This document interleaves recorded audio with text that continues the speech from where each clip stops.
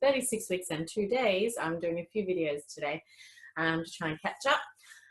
I'm going to talk in this video about the power of stories. And this is one of the big things that I've used throughout with my last 2 pregnancies and also this one in preparation for the birth, and that is reading lots and lots of birth stories.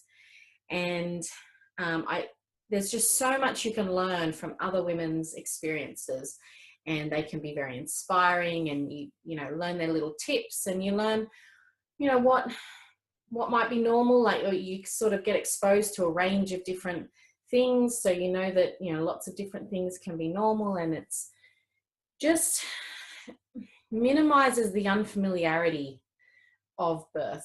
Like it makes everything a little bit more familiar and not so scary and new.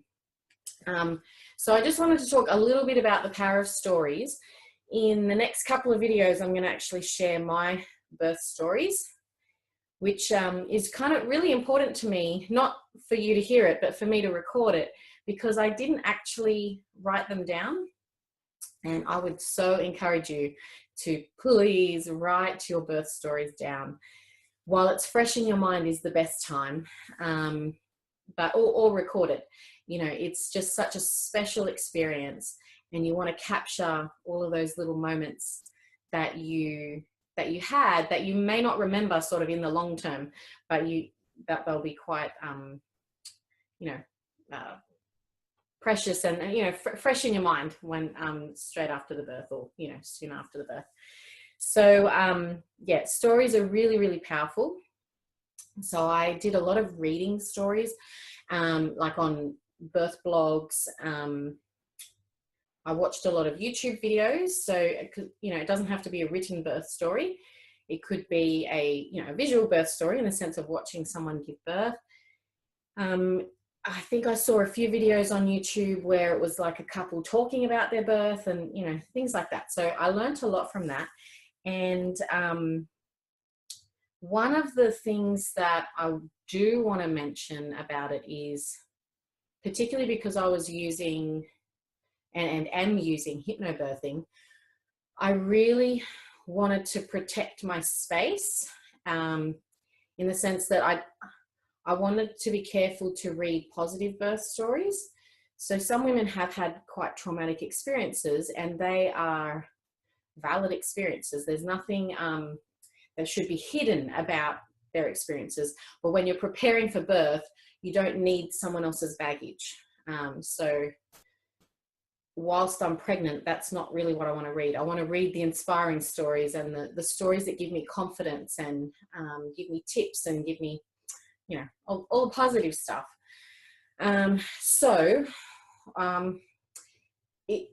My tip for that is really just to be careful with what you read.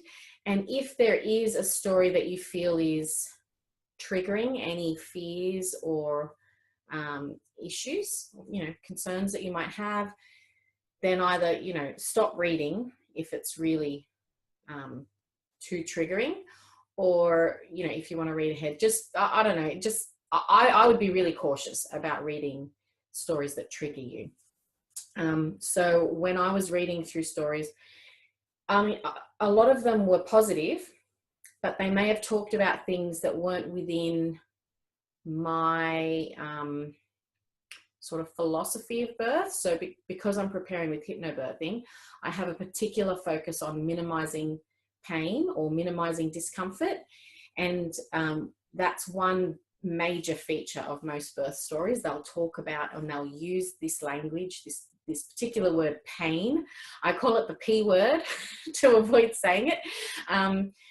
But when I read those stories, I would kind of just filter that out, and I'd go, like I'd reword it in my mind. So discomfort instead of pain, or, I'd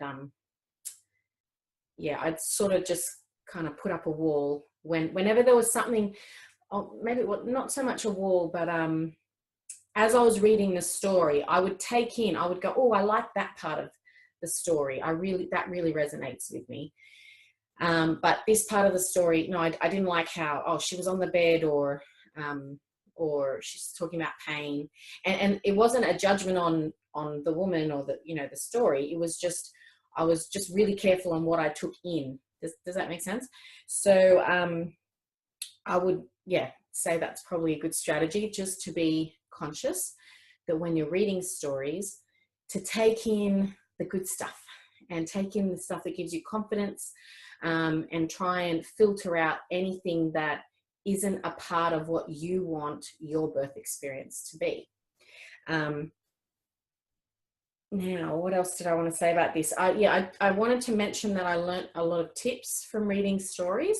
So one of the things that I wrote as an example is, for example, with hypnobirthing, a lot of the stories of parents, one of the things that really, I don't know, was highlighted to me when I was reading stories about other hypnobirthing parents when I was preparing the last 2 times, was often the parents would say something like, you know, like that they had a, you know, they kept their focus for most of the time, that there might have been one contraction or a period of 10 minutes or, you know, whatever, where they felt like they lost focus or lost their concentration and kind of went out of control for that surge or contraction or whatever you'd like to call it.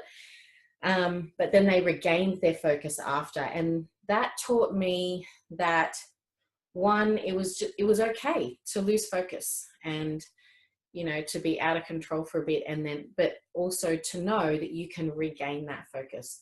So that did happen, I think, in my second labor, so with Kai, and it wasn't something that scared me, because I was like, oh no, this is, you know, I was dealing with the pressure waves, or sorry, there's like a couple of different words you could call contractions, pressure waves, surges.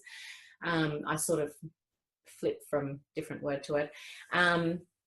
But yeah, it didn't scare me that I just was like, okay, I'm losing it for this one, but I'm gonna recenter after this. So that really helped. That's just like a little thing that I noticed really helped me. And I even had read a couple of stories. There's a brilliant book. There's a couple of books that I would recommend, and there's probably more that I haven't read. So just a quick Google will give you lots of examples of books that have birth stories. But the book I read was Ina May Gaskin. Oh, it's Ina May's Guide to Childbirth by Ina May Gaskin, who is an amazing midwife from the United States. And she has a section in that book where it's all birth stories. And they're wonderful birth stories, wonderful, stories of, you know, birth being normal and supported and you know, a beautiful experience. And in one of those stories, the baby got stuck a little. And so, but it wasn't an emergency. It wasn't no one panicked. You know, the woman was just asked to move positions. So to flip over into kind of a kneeling squat position, and then they did some little maneuver, and baby came out and all was good. Anyway, so that happened in Kai's birth, or a very similar thing happened in Kai's birth, and it never fazed me. I was so focused, and when my midwife asked me to flip over into a different position and, you know, put my leg up here and kneel, you know, and I was never afraid. And I think it, you know, was possibly because, one, I trusted my midwife. I knew her, and I trusted her, and two, I was really focused. So I think the hypno tools really helped. And three, I had been exposed to the, you know, that there might be, that this, you know, can occur, and a change of position can be really helpful for kind of getting baby out, you know, wriggling through the pelvis. Anyway, so just reading other people's stories can give you confidence. You can learn so much from their experience. And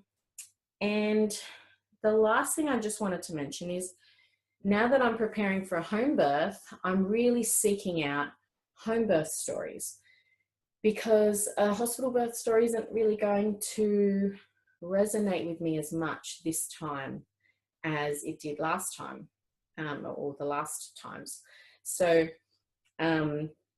look for birth stories that really sort of mirror what what experience you're going to have. So if you're having a hospital birth, then read up on really positive hospital birth stories. So for me, I'm reading home birth stories, and in particular, I have a friend who gave birth, I think last year. It might have been the year before. Anyway, and it was her fourth baby having a home birth, and I knew that would resonate with me because it's my fourth baby and I'm having a home birth. So I contacted her and said, hey, did you happen to write down your birth story? I would love for you to share it with me, to help me with my own visualization, like visualizing my own birth. And so she did, and that was really, really lovely. So, if you know anyone that has had a positive experience, talk to them or ask them if they feel comfortable sharing their birth story with you, whether verbally or in, like a written birth story or whatever. And the last thing I wanted to mention is one of the beautiful things about being a doula is that I have had the opportunity to witness many births. And I basically became a doula after the birth of Owen. Like, I did attend one birth before he was born. But yeah, between Owen and now, I've attended all these births, and I've got like quite a catalogue of different experiences in my mind, and things that worked and things that didn't work. And I've just learned so much from the women that I've supported, and that's been a beautiful experience. So and I was lucky enough to attend a birth only a few weeks ago. So I think I was 30 weeks at the time, so it must have been 6 weeks ago. And it was a client using hypnobirthing, and so that was just a wonderful birth to finish off with, before giving birth myself. So it was just an incredible birth, using all, anyway, I don't want to share too much about her birth, but just to say that it was lovely being at a birth whilst almost, ready to give birth myself. And it was just a smooth, beautiful, positive birth. And it was in a hospital, but that didn't matter. It was like just a beautiful example of hypnobirthing, which I think will really set me up for a beautiful experience as well. Anyway, so that's my little intro on birth stories and the power of birth stories. And in the next couple of videos, I'll share my own birth experiences with my previous children. Okay, so I'd love to hear from you as well. What would what sort of birth stories have you read? What sort of experiences have you had? And have you recorded your birth story? So did you do a blog, or did you share some photos, do a slideshow, or whatever it might be? How did you record your birth? I would love to hear from you. Hope you're having a great day. I'll talk to you later. Bye.